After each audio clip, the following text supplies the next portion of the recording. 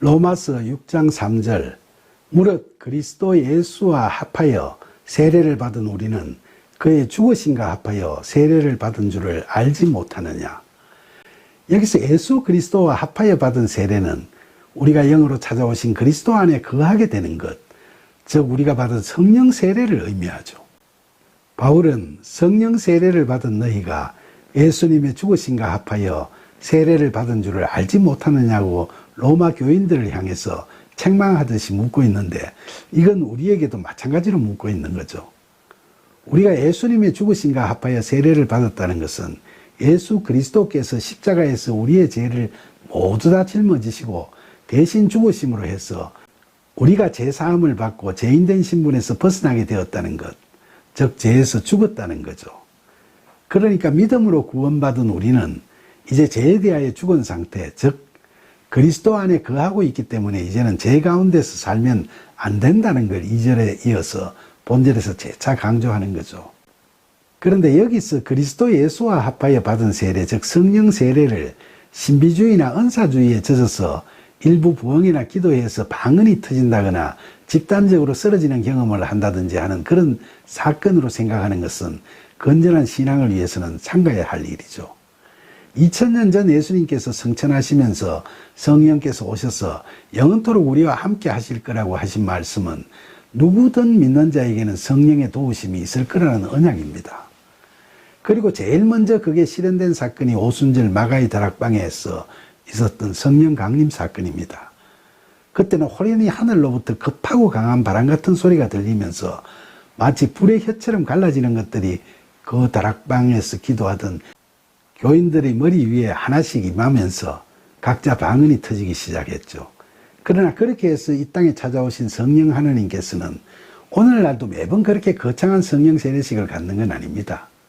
성령이 임하실 때 저희 경우에도 눈물이 멈추지 않고 펑펑 흘러내리는 경험을 했고, 또 어떤 사람들은 방언이 터지기도 하고 그 밖에도 감동스러운 경험을 하기도 하지만 그것만이 꼭 성령 세례를 받는 건 아니죠.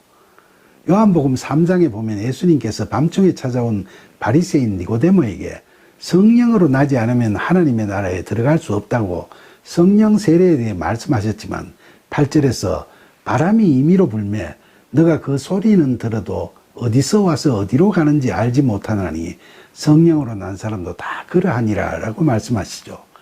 그러니까 우리가 성령 세례를 받을 때, 즉 성령이 우리에게 임하실 때는 나름대로 감동은 다들 있겠지만 그게 2000년 전 오순절 성령 강림 사건처럼 거창한 이적을 동반하고 찾아오시는 게 아니라 임의로 부는 바람처럼 찾아오신다는 겁니다.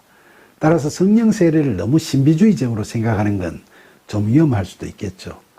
특히 신비주의에 빠져서 방언을 해보려고 학원에 다니는 사례도 있다는 얘기를 들었는데 그건 정말 넌센스죠. 방언이 무슨 성령이 임했다는 유일한 증거도 아니고 그건 믿는 사람들에게 부어지는 하나님의 은사 중에 하나일 따름이죠. 방언한다고 우쭐대거나 방언 못한다고 기죽어서 학원까지 다니는 건 성경 말씀을 둘 다 잘못 이해하고 있는 겁니다.